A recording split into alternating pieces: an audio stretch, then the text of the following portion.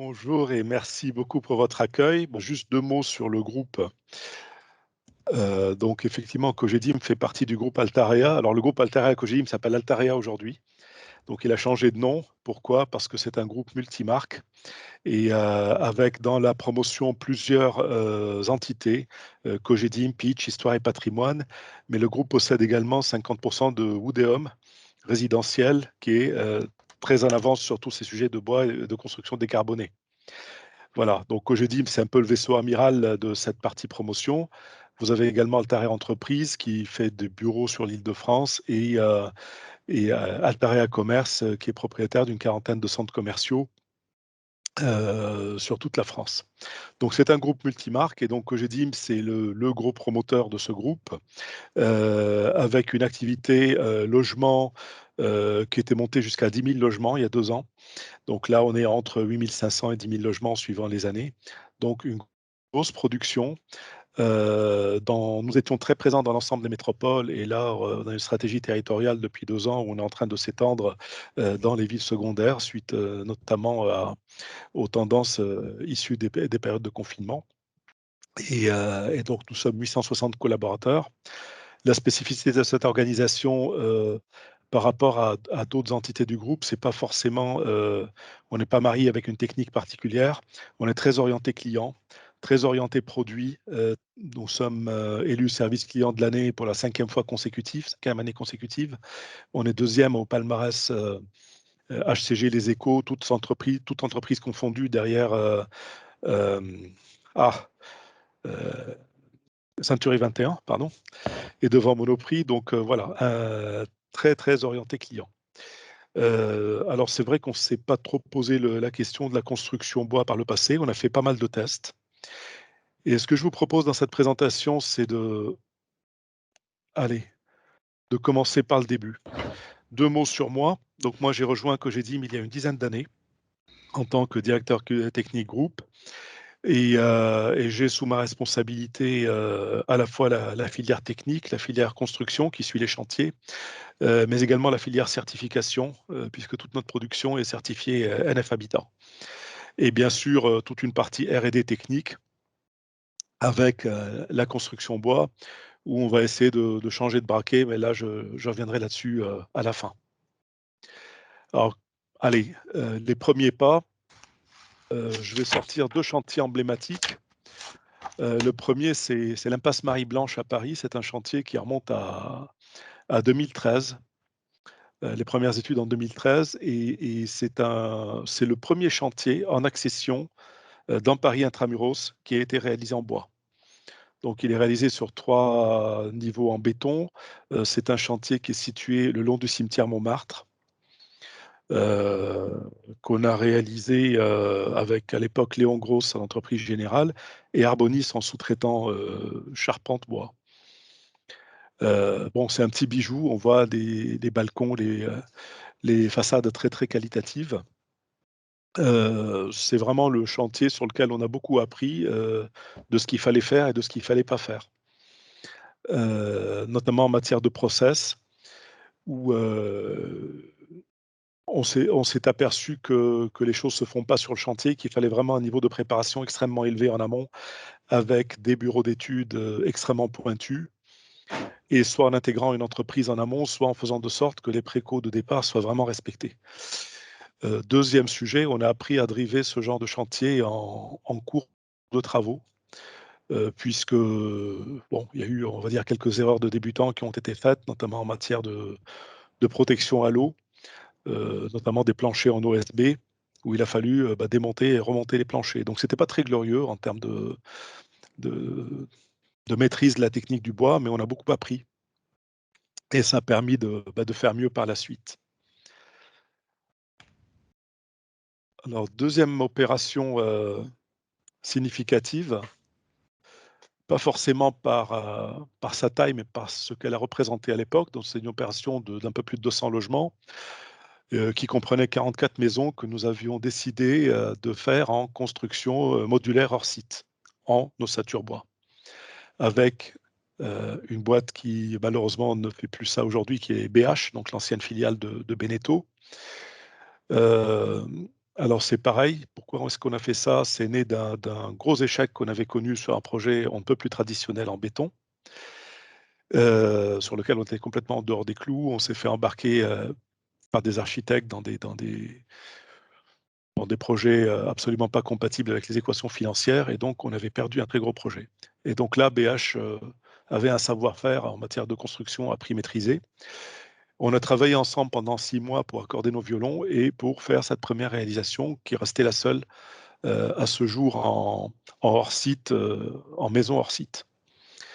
Alors ce qui était intéressant là-dedans, c'est qu'on on s'est rendu compte que les contrats, les marchés de travaux n'étaient absolument pas adaptés à ce genre de réalisation, puisque le fabricant maîtrise son process, il y a un certain nombre d'intangibles et a posteriori, on pense que les contrats de conception-réalisation sont plus appropriés à ce genre de réalisation.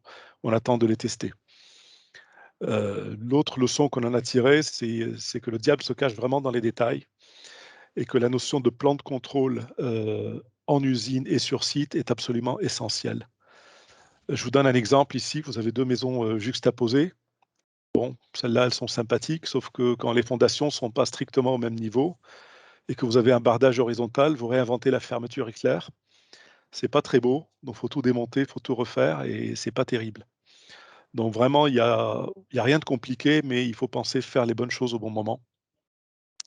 Et donc à l'époque, sur ces opérations, on avait réussi à sortir un projet en dessous de 1100 € le mètre carré, avec des maisons qualitatives, avec du bardage. Nous avions également eu quelques déboires en matière de transport, puisque le placo a par moments fissuré et les châssis PVC, quand on les met dans un mur béton, ils sont tout droits. Quand on les met dans un mur en bois, qu'on les balade sur les camions, des fois, ils peuvent souffrir. Voilà, donc des petits désagréments, mais bien heureusement, la livraison s'est bien passée et nos clients étaient contents de la livraison. Voilà, donc ça, on va dire, c'était les premiers pas. Ensuite, nous avons attaqué une autre génération de projets qui encore, pour moi, en matière de construction bois, ne représente pas l'idéal.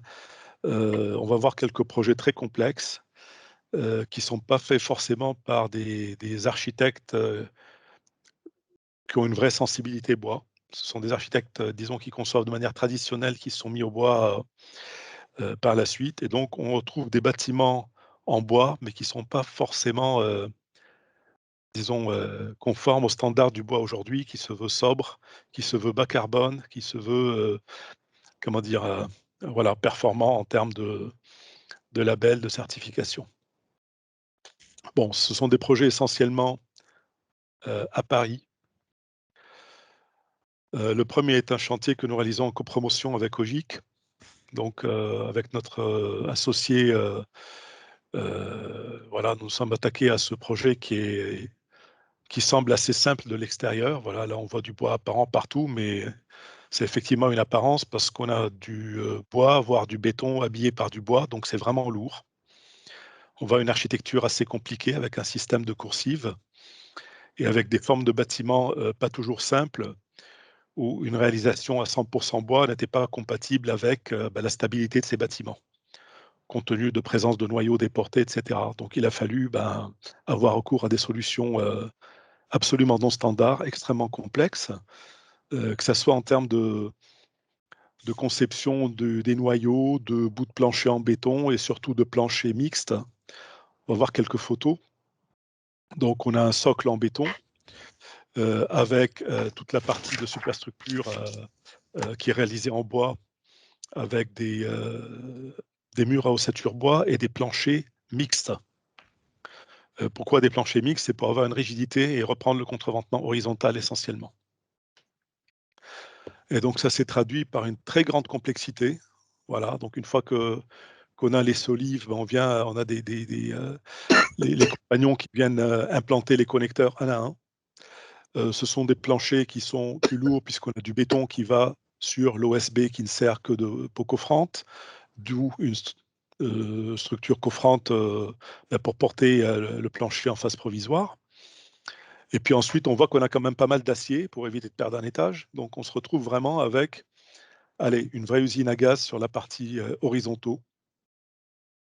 On voit aussi le niveau de complexité des passages de réseau, des poutres, etc., qui nécessitent un grand travail préalable en termes de synthèse.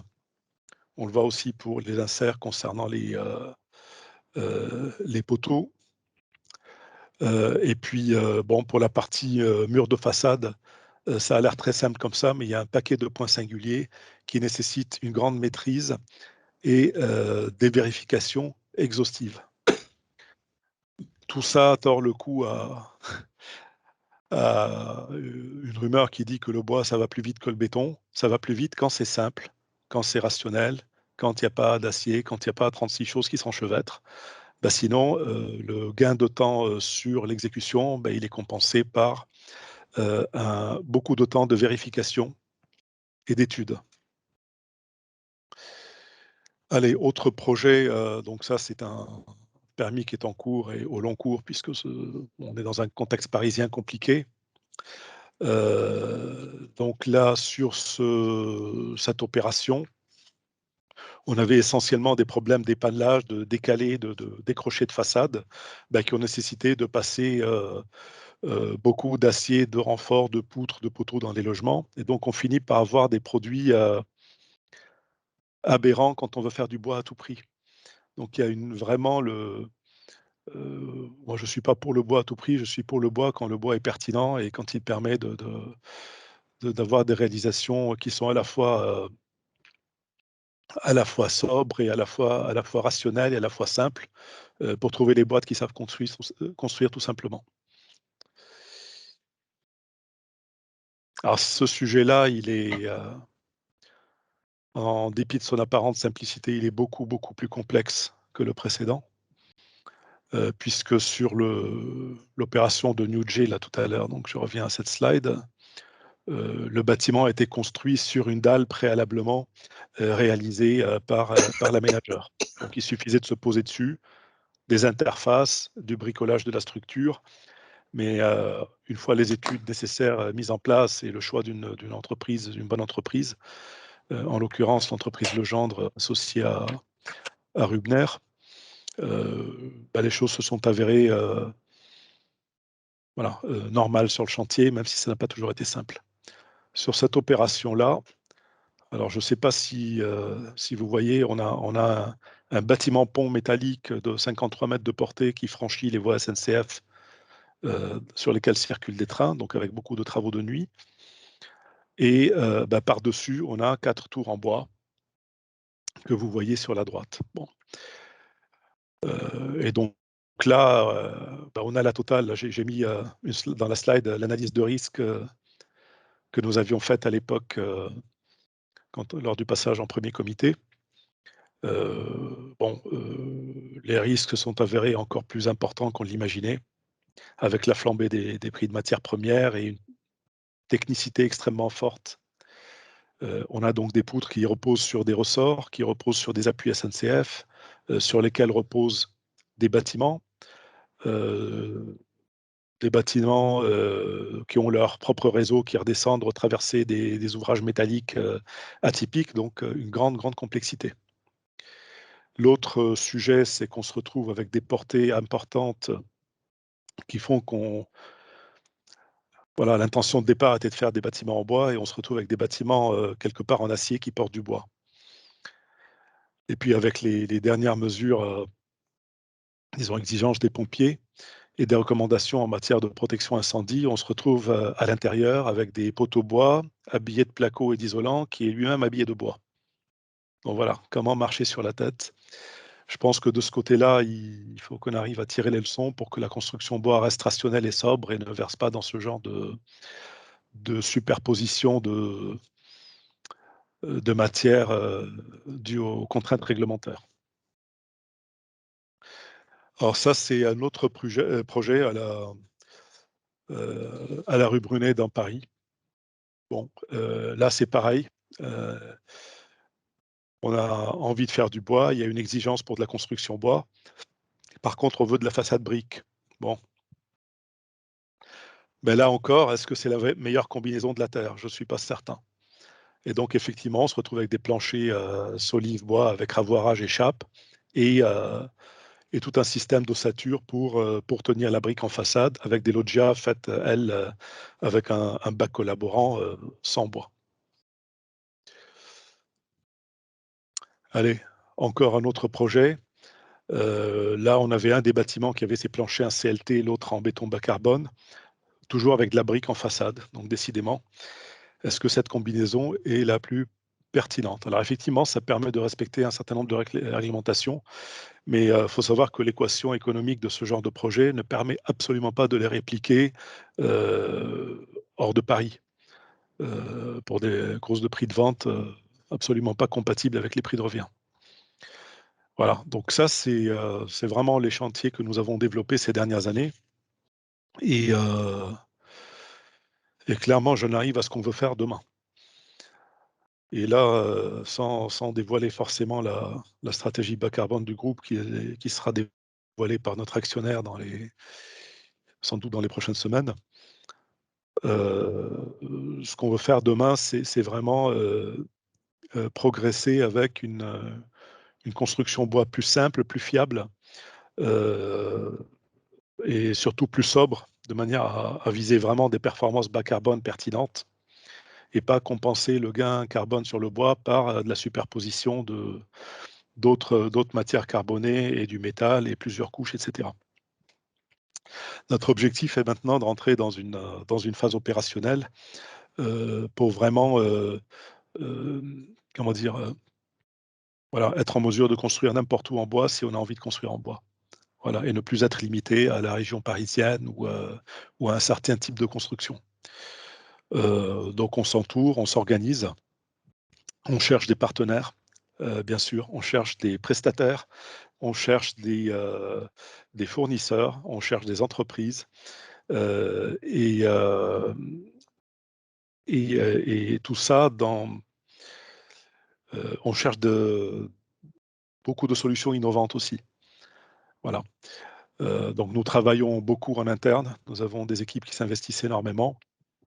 Il y a quelques dossiers dans les cartons et nous espérons bientôt compenser notre retard par rapport à certains concurrents qui se sont lancés plus tôt que nous dans cette construction. Nous avons également pris du retard sur l'immobilier d'entreprise, mais là-dessus, bon, c'est clair que la solution bois fait partie des solutions aujourd'hui recherchées par les investisseurs. Par contre, on a quelques états d'âme vis-à-vis de nos clients. Parce que l'exigence aujourd'hui, ben, elle est exprimée de manière très forte allez, par les ambitions de décarbonation de la construction qui sont exprimées par l'État, par les organismes divers et variés. Il y a des grandes attentes au niveau des élus, des aménageurs. On en prend acte. Par contre, est-ce que nos clients vont se sentir bien dans ces bâtiments en bois? Alors même si on a des retours positifs, on n'a pas assez de recul. Et allez, que vaudra un logement? Dans quel état serait un logement qui aurait été mis en location à 4, 5 reprises, une fois que les cuisines auront été démontées 3 ou 4 fois sur un mur à ossature bois, par exemple? En termes de sinistralité, quand on aura les premières fuites sur l'étanchéité en terrasse, qu'est-ce que ça donnera? On pense aussi beaucoup à nos clients B2B. Quels seront les coûts d'exploitation des bâtiments bois? On a parlé tout à l'heure de maîtrise des charges, on a parlé de performance environnementale, on a parlé de bas carbone et les coûts d'exploitation dans tout ça. Un bailleur qui va changer de locataire plusieurs fois avec des gens qui ne seront pas forcément très soigneux de la construction, bah, dans quel état sera la construction dans quelques années, etc. Donc voilà, on essaie de se poser un certain nombre de questions essentielles euh, pour développer un business pérenne et à développer pour la partie technique que j'anime une vraie maîtrise de toutes ces solutions et des relations très proches avec l'écosystème de manière à ce qu'on puisse vraiment avancer de la manière la plus fiable possible pour nos réalisations des prochaines années. Voilà, j'ai terminé.